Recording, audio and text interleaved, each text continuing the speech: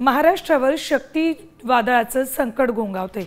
राज्यातल्या काही जिल्ह्यांना शक्ती चक्रीवादळाचा इशारा दिलाय। 7 ऑक्टोबरपर्यंत शक्ती वादळ धडकण्याची शक्यता आहे।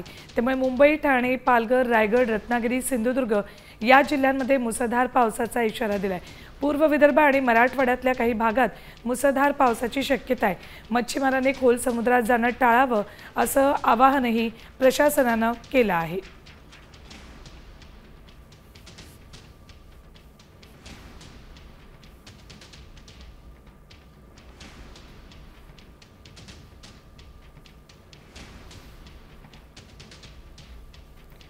तर कसं असेल हे चक्रीवादळ आपण बघूयात ग्राफिक्सच्या माध्यमातून।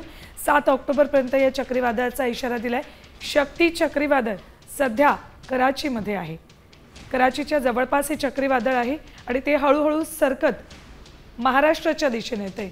अहमदाबाद अर्थात गुजरात आणि महाराष्ट्राच्या दिशेने हे चक्रीवादळ येते। या चक्रीवादळामुळे महाराष्ट्रातल्या अनेक जिल्ह्यांमध्ये 7 ऑक्टोबरपर्यंत पावसाचा इशारा दिलेला आहे। सध्या कराची जवळ हे चक्रीवादळ आहे। शक्ती असं या चक्रीवादळाला नाव दिलं। ते सरकत गुजरात आणि महाराष्ट्राच्या दिशेने येते। त्यामुळे इकडे महाराष्ट्रातल्या अर्थात समुद्रकिनारीच्या भागामध्ये मच्छीमारांना इशारा देण्यात आलेला आहे, सूचना देण्यात आलेल्या आहे। पुढचे किमान आठवडाभर तरी मासेमारीसाठी जाऊ नये असा इशारा देण्यात आलेला आहे। हे चक्रीवादळ या चक्रीवादळाला शक्ती हे नाव देण्यात आलेलं आहे।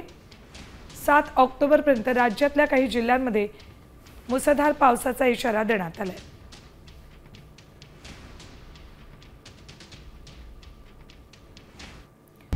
आता isakal.com आहे देशातील नंबर 1 ची मराठी न्यूज वेबसाईट। प्रत्येक अपडेटसाठी isakal.com ला नक्की भेट द्या।